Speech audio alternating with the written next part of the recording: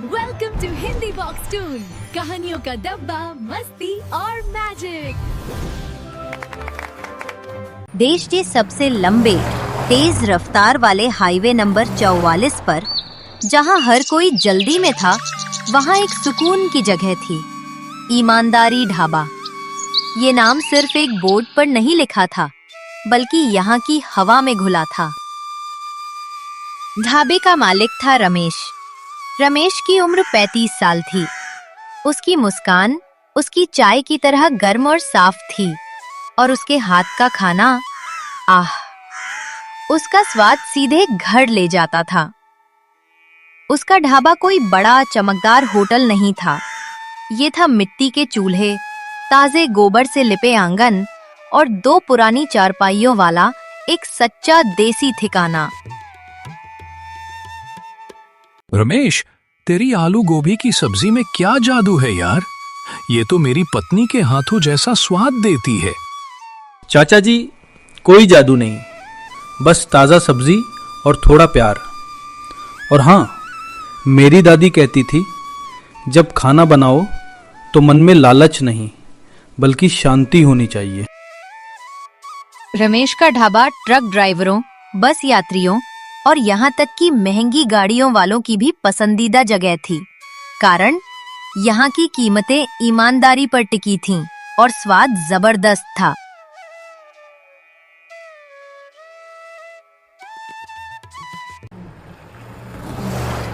ईमानदारी ढाबे से ठीक 500 मीटर आगे हाईवे पर एक विशाल, चमकदार और शीशे की इमारत खड़ी हुई थी। इसका नाम था कॉर्पोरेट रसोई। कॉर्पोरेट रसोई का मालिक था सेठ मक्खन लाल। उसका नाम मक्खन लाल था, पर उसके दिल में पत्थर और पैसों का अहंकार भरा था। उसका एक ही मकसद था, हाईवे नंबर 44 पर एकाधिकार स्थापित करना। मैनेजर, मेरी बिक्री इस हफ्ते 10% कम क्यों है? मेरे पास एसी है, वाईफाई है, महंगी कॉफी है, फिर भी लोग उस पुराने धूल भरे ढाबे पर क्यों जा रहे हैं? मालिक, रमेश के ढाबे का खाना, उसका स्वाद जबरदस्त है और उसकी कीमतें हमारी आधी हैं। कीमत, स्वाद, बकवास। इस हाईवे पर सिर्फ ब्रांड चलेगा। उस ढाबे को खरीद लो, उसे दुगना पैसा दो। मैं उसे 24 घंटे के अंदर बंद देखना चाहता हूं। सर, मैंने कोशिश की थी, रमेश नहीं माना। उसने कहा, मेरा ढाबा मेरी जिंदगी है, इसे बेचा नहीं जा सकता। ठीक है, अगर वो प्यार से नहीं मानेगा, तो अब हम व्यापार युद्ध शुरू करेंगे। इस हाईवे का दिल सिर्फ पैसा है, और मैं उसके ढाबे को उसकी आत्मा से अलग कर दूंगा। सेठ मक्खनलाल ने अपनी पहली चाल चली।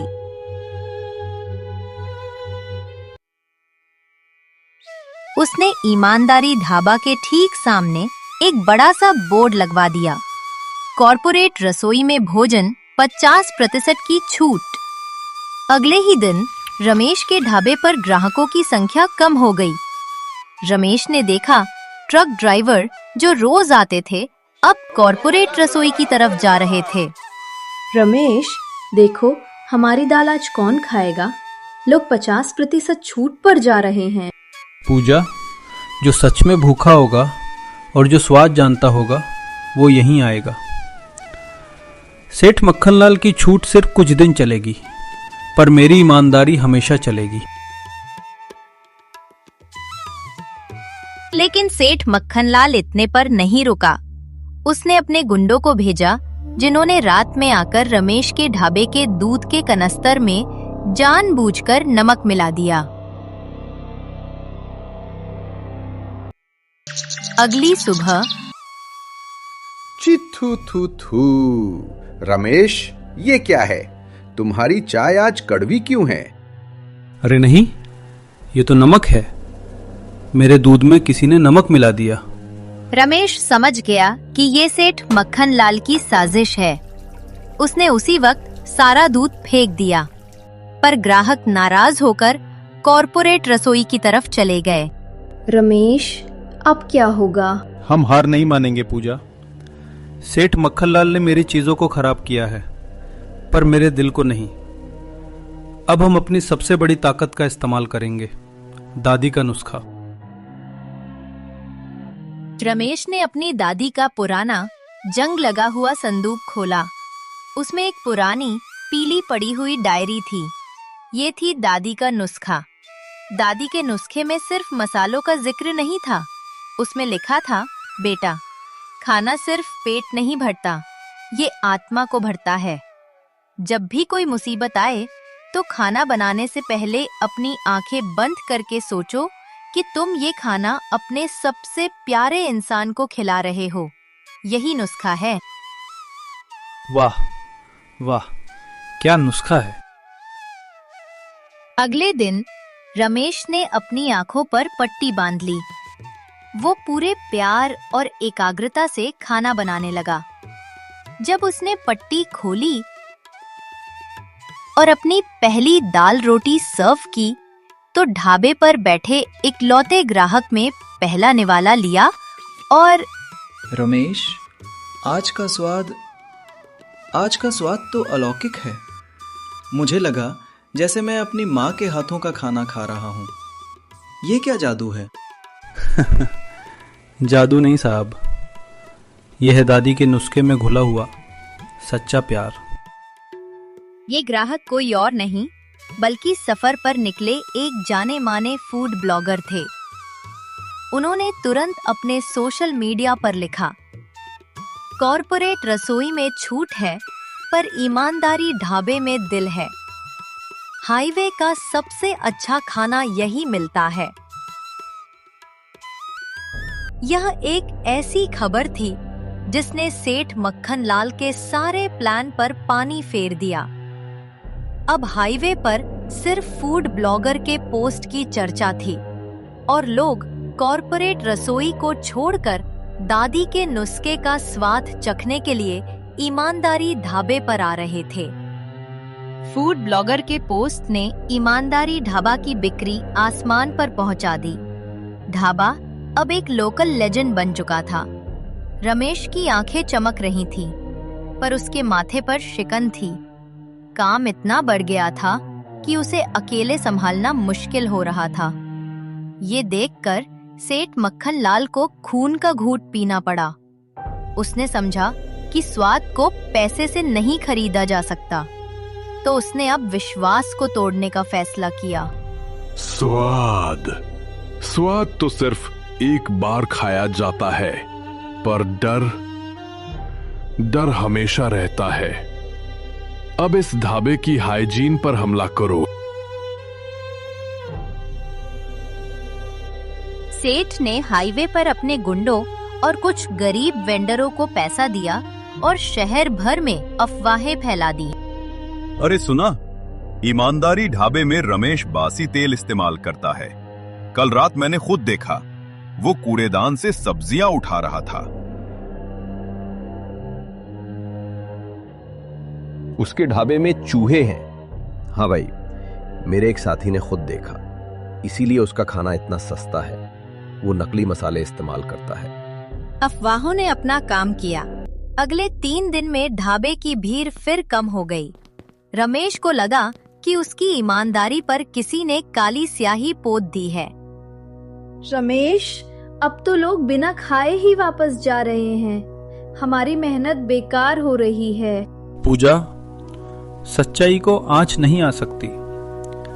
हम अपनी गुणवत्ता से जवाब देंगे। बढ़ते काम को संभालने के लिए रमेश ने एक 16 साल के लड़के रोहन को काम पर रखा। रोहन बहुत मेहनती था। वो पढ़ाई छोड़कर आया था क्योंकि उसकी छोटी बहन बीमार थी और उसे इलाज के लिए पैसों की सख्त जरूरत थी। एक दोपहर रोहन ढाबे के पीछे प्याज काट रहा था जब एक महंगी कार उसके पास आकर रुकी। कार से सेठ मक्खनलाल का मैनेजर उतरा।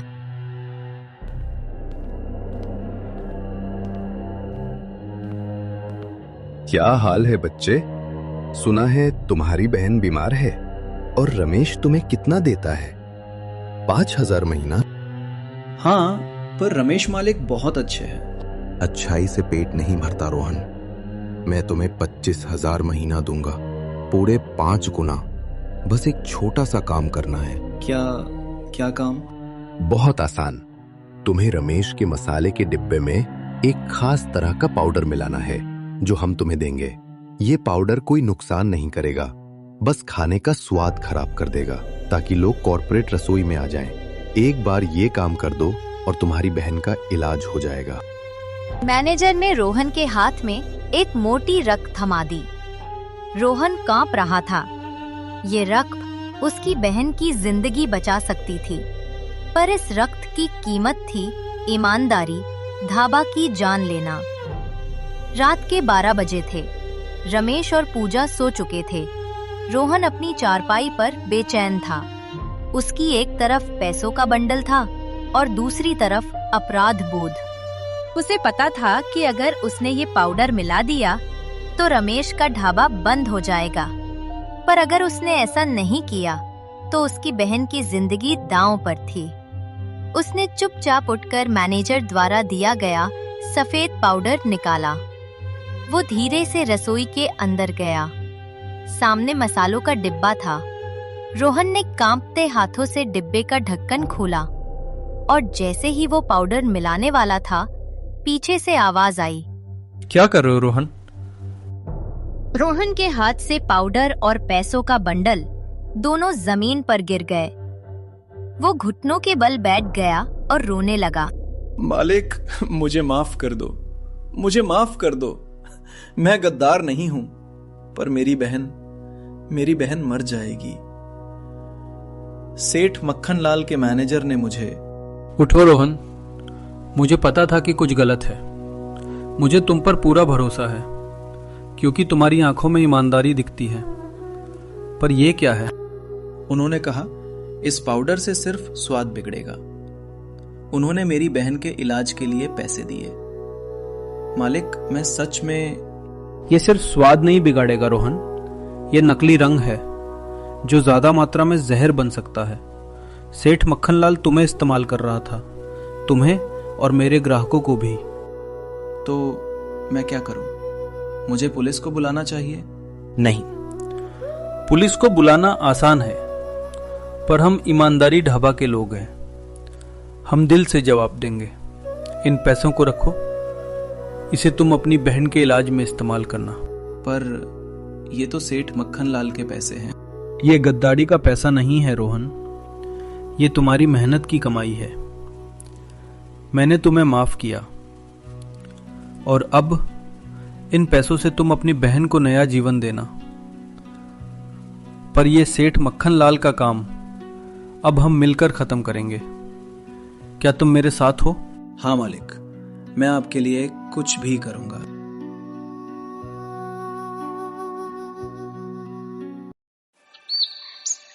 रमेश ने अगले दिन रोहन के साथ मिलकर एक बड़ा काम किया। उसने तुरंत अपने सभी सब्जी और मसालों के सप्लायर को फोन किया और उनसे गुणवत्ता प्रमाण पत्र, क्वालिटी सर्टिफिकेट्स मांगे। उसने ढाबे के बाहर एक बड़ा बोर्ड लगाया जिस पर लिखा था, ईमानदारी ढाबा, हम गुणवत्ता की खुली जांच में विश्वास रखते हैं। तेल की गुणवत्ता 100% ताजा ब्रांडेड तेल इस्तेमाल होता है। प्रमाण पत्र अंदर देखें। मसाले, हमारे मसाले ताजे पीसे जाते हैं। प्रमाण पत्र संलग्न। कर्मचारी, रोहन अब हमारे ढाबे का सबसे वफादार साथी है और उसकी बहन के इलाज की जिम्मेदारी हमारी है। ये खुलासे की चाल थी। जब ग्राहक ढाबे पर आए और उन्होंने क्वालिटी सर्टिफिकेट देखे तो उनकी शंका दूर हो गई। रोहन ने जब रोते हुए ग्राहकों को बताया कि सेठ मक्खन लाल ने उसे खरीदने की कोशिश की थी, तो लोगों का गुस्सा सेठ मक्खन लाल पर भड़क उठा। रमेश, तुमने रोहन को माफ करके और उसे सहारा देकर ये साबित कर दिया कि तुम्हारी ईमानदारी सिर्फ खाने तक नहीं, बल्कि तुम्हारे दिल तक है। अब हम कॉर्पोरेट रसोई में एक घूंट पानी भी नहीं पिएंगे। इस चाल ने सेठ मक्खनलाल को पब्लिक की नजरों में पूरी तरह गिरा दिया। रोहन अब केवल कर्मचारी नहीं बल्कि रमेश के नैतिक बल का प्रतीक बन गया था। ईमानदारी ढाबा की लोकप्रियता देखकर सेठ मक्खनलाल को लगा कि उसकी कॉर्पोरेट रसोई की सारी भव्यता फीकी पड़ गई है। लोगों ने सादगी और सच्चाई को चुन लिया था। अफवाहें काम नहीं आई, गद्दारी भी फेल हो गई। अब ये लड़ाई कानून के मैदान में लड़ी जाएगी। कानून को खरीदा जा सकता है। जाओ और फूड सेफ्टी एंड लाइसेंसिंग विभाग के सबसे बड़े अधिकारी से मिलो। सेठ मक्खनलाल के मैनेजर ने शहर के सबसे भ्रष्ट अधिकारी इंस्पेक्टर निगम को एक सूटकेस भरकर नकदी दी। काम था ईमानदारी ढाबा पर फौरन ताला लगवाना। अगले ही दिन रमेश जब सुबह ढाबा खोल रहा था तब सफेद वर्दी में इंस्पेक्टर निगम 2 पुलिस कर्मियों के साथ ढाबे पर पहुंचे। रमेश, ये ढाबा तुरंत सील किया जाता है। क्यों इंस्पेक्टर साहब, क्या हुआ? हमने तो सारे लाइसेंस और सर्टिफिकेट लगाए हुए हैं। हाँ, सर्टिफिकेट हैं, पर जोनिंग और कमर्शियल परमिट ठीक नहीं है। ये जमीन हाईवे की मुख्य सड़क से बहुत नजदीक है और यहाँ अवैध निर्माण हुआ है। ये जनता की सुरक्षा के लिए खतरा है। साहब, मैं पिछले 10 साल से यहाँ हूँ। मेरा सब कुछ कानूनी है। सेठ मक्खनलाल। सेठ मक्खनलाल कौन? मैं कानून हूँ। कल सुबह तक ये जगह खाली हो जानी चाहिए और अगर तुम चाहते हो कि सुरक्षा खतरे वाली ये फाइल दफन हो जाए तो 10 लाख का जुर्माना भरो अभी। 10 लाख? मेरे पास तो सिर्फ मेरी मेहनत है साहब। इंस्पेक्टर निगम ने रमेश को धक्का दिया और ढाबे के शटर पर सरकारी सील लगाकर ताला जड़ दिया। ईमानदारी ढाबा अब बंद हो चुका था। रमेश के हाथ से मसालों के डिब्बे की खुशबू नहीं बल्कि भ्रष्टाचार की बदबू आ रही थी।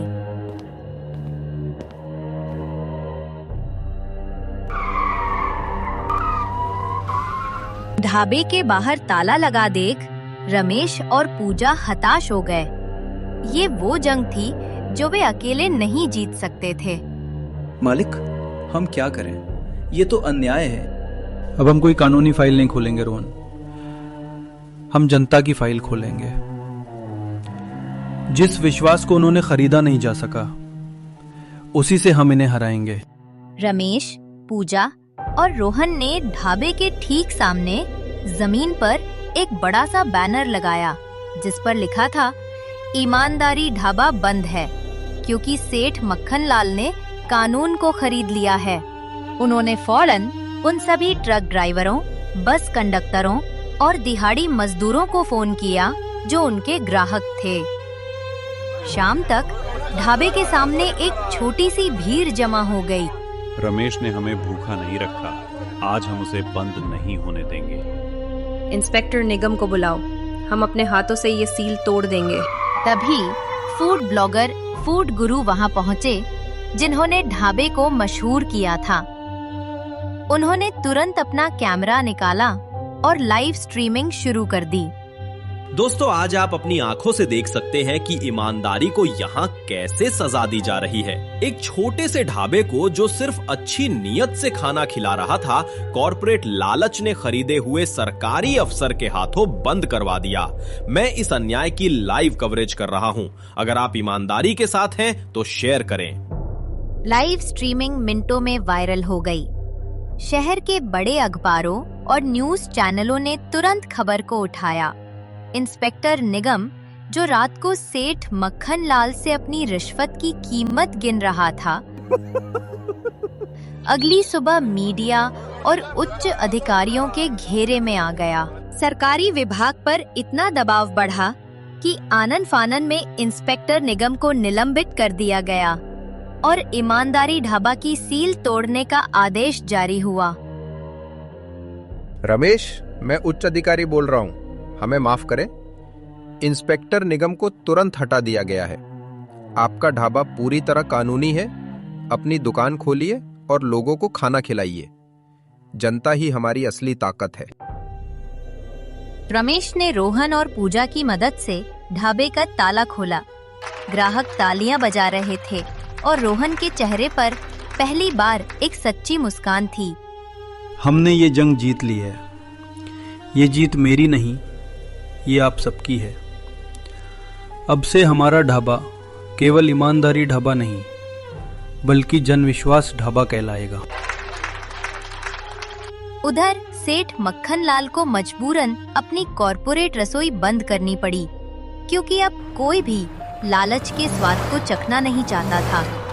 रमेश ने साबित कर दिया कि सच्ची दौलत बैंक बैलेंस नहीं, बल्कि लोगों का अटूट विश्वास होता है।